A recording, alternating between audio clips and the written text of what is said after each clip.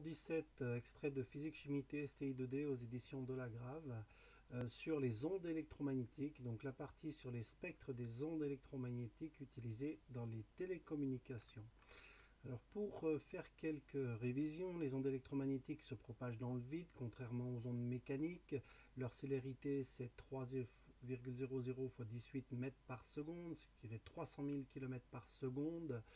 L'œil humain perçoit les ondes électromagnétiques de longueur d'onde comprise entre 400 et 800 nanomètres dans le vide, c'est ce qu'on appelle le visible. De part et d'autre du visible, il y a les spectres ultraviolets, rayons X, rayons gamma du côté des hautes fréquences et donc des hautes énergies, puisque E égale H fois une fréquence. C'est la relation de Planck.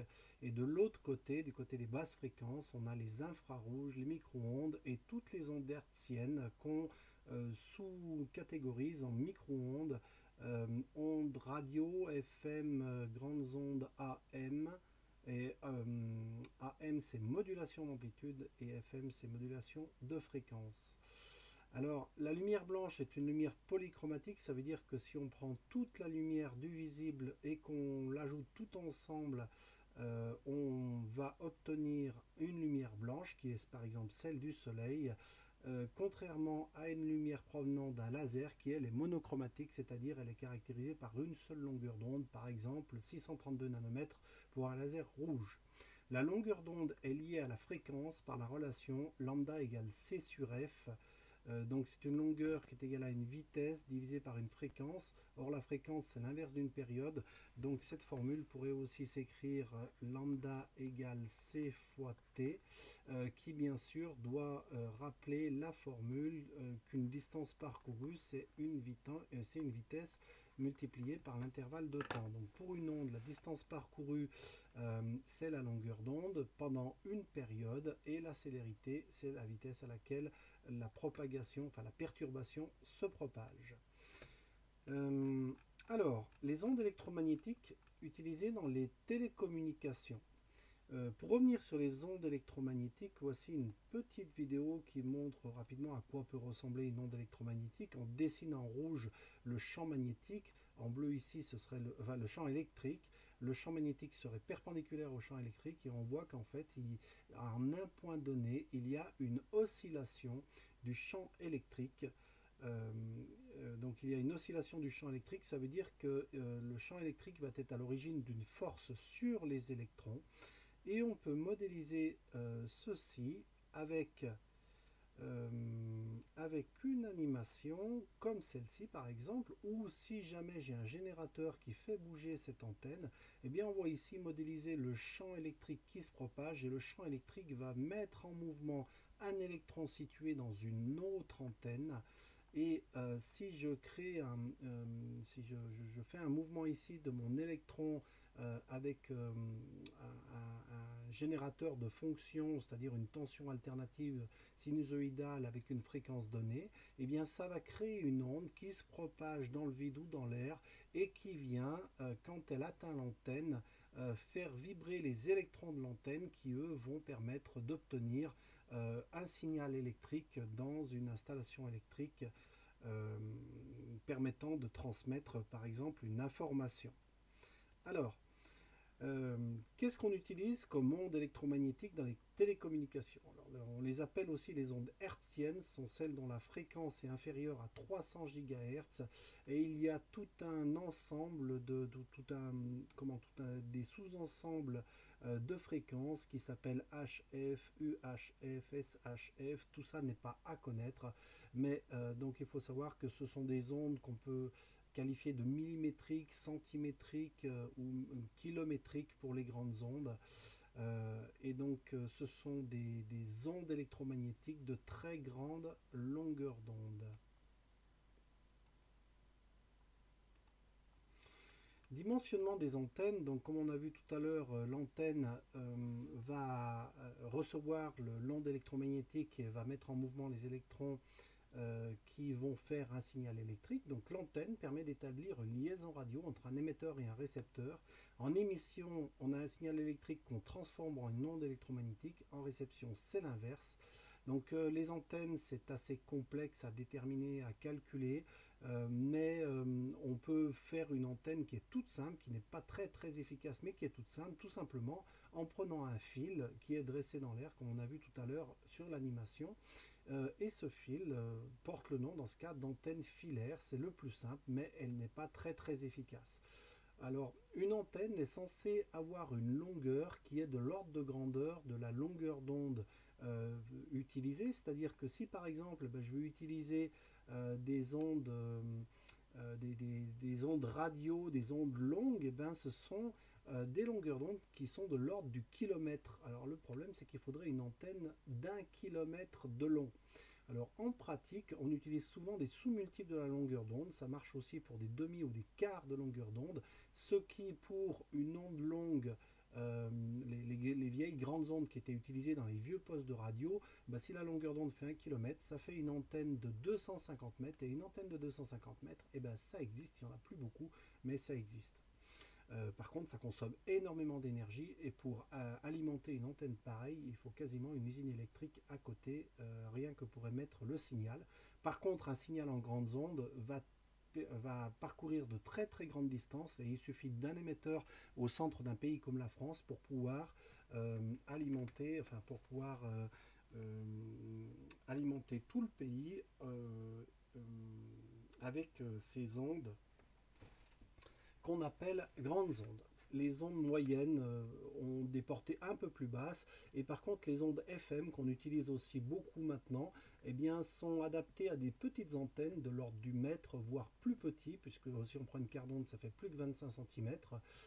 Par contre elles ont des portées limitées, ce qui veut dire qu'il faut beaucoup d'antennes relais pour pouvoir réémettre, pour pouvoir relayer l'information de toute à partir de la centrale, à partir de la station radio qui émet. Il faut plein d'antennes qui réémettent le signal pour arriver à couvrir tout un territoire en FM. On va maintenant passer sur des notions plus mathématiques, spectre d'amplitude d'un signal périodique, et revoir la décomposition de Fourier qui a commencé à être vue dans le chapitre précédent.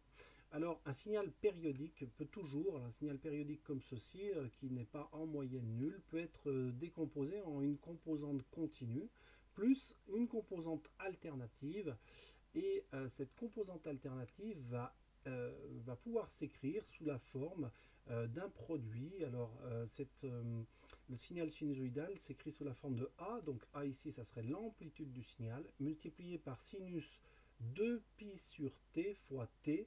Pourquoi? Parce que quand t est égal à grand T, quand on a effectué un temps égal à la période, on a fait un cycle complet, c'est-à-dire qu'on a fait 2pi radians de la fonction sinus, et pour le cercle trigonométrique, quand on a fait 2pi radians, ça veut dire qu'on a fait un tour complet et qu'on est revenu à la même situation que la situation de départ.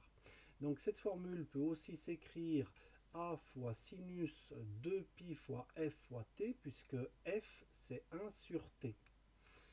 A c'est l'amplitude du signal, exprimée dans la même unité que s de t, c'est-à-dire qu'ici par exemple, puisque la fonction sinus va aller au maximum de plus 1 à moins 1, quand ici on a une valeur qui vaut par exemple 2 volts, ça va nous faire un signal qui monte de plus de volts à moins 2 volts. T est la période du signal en secondes et f la fréquence en hertz. Alors l'analyse de Fourier, c'est une analyse mathématique qui dit qu'un signal périodique de période t peut se décomposer en une somme de fonctions sinusoïdales telles que, alors on a ici une valeur, c'est la valeur continue qu'on avait tout à l'heure, la composante continue, plus une somme de plein de composantes en cosinus et en sinus avec des coefficients divers, et en fait on va avoir à chaque fois des périodes. Et en fait on va avoir ici un coefficient n parce qu'on va avoir n composantes qui ont chacune une fréquence qui est un nombre entier de fois la fréquence du début. Alors on va mieux voir ça sous l'effet avec le spectre qu'on va analyser tout à l'heure, donc on y reviendra. Par exemple, un signal carré d'amplitude A et de période T se décompose en cette fonction qui est assez horrible. On voit tout simplement que donc on a ici tous les composants en sinus dont les amplitudes décroissent au fur et à mesure que ici on a 1, 3, 5, on a à chaque fois, donc là on a le signal de fréquence de base, celui qui va donner la même période que ce qu'on observe ici. C'est-à-dire que le signal de base, celui-là, bah, formerait une sinusoïde qui serait comme ça. Hein, mais bien sûr, cette sinusoïde n'est pas carrée. Donc on lui rajoute un terme, on lui rajoute ce terme-là qui va amoindrir les angles, etc. En rajoutant encore ce terme, on va avoir petit à petit une fonction qui tend de plus en plus vers un carré. Alors, voyons ce qu'on vient de dire ici, c'est-à-dire qu'on passe en synthèse automatique. Si on veut faire un carré, eh bien un carré, on va voir que c'est une somme d'une sinusoïde de base, plus une autre, plus une autre, plus une autre, plus une autre, plus une autre. Et si on en rajoute suffisamment, on va finir par obtenir un signal de forme carrée. Donc on voit qu'il a fallu, si on arrête, donc il a fallu ici un signal de base. Alors pour le reconnaître, c'est celui-là. L'harmonique de rang 2 est inexistante, on l'avait vu tout à l'heure. Dans la formule, il y avait une harmonique de rang 3, c'est-à-dire 3 fois la fréquence de base, c'est celle-ci. Puis 5 fois la fréquence de base, c'est celle-ci. Puis 7 fois, 9 fois, etc. Alors, après, on peut reconstruire n'importe quel signal en prenant, par exemple, en recréant ici, en cherchant un profil spectral, c'est-à-dire que si j'ai une composante d'amplitude 100 ici, auquel je rajoute une composante de fréquence double, hein, on voit ici que si la période de la première s'arrête là, donc occupe tout cet espace-là, on voit que la deuxième met 2 motifs ici et 4 motifs sur l'intégralité de la figure. La troisième permet, alors on ne la voit pas ici, mais si j'en mets une, il y a 6 motifs. Celle-ci, il y a, voilà, donc parce qu'elle est de fréquence triple de la fréquence de base. Celle-ci est de fréquence quadruple de la fréquence de base. Et on voit qu'en ajoutant toutes ces composantes, on peut finir par retrouver le signal complet qui est ici le signal représenté en bleu. Donc on peut construire toutes sortes de fonctions aux formes bizarres, périodiques, en ajoutant des sinusoïdes. Et la théorie de Fourier, elle dit qu'on peut faire l'inverse, c'est-à-dire que n'importe quel signal périodique peut s'écrire sous la forme d'une somme de sinusoïdes. On va reprendre un autre exemple pour la synthèse automatique d'une fonction triangle. Donc pour une fonction triangle, on repart toujours d'une fonction périodique. On rajoute des harmoniques, cette fois-ci toujours de rang impair, mais dont l'amplitude décroît très rapidement. Et quand je rajoute suffisamment d'harmoniques, eh bien je vois que j'arrive à recréer le signal triangulaire.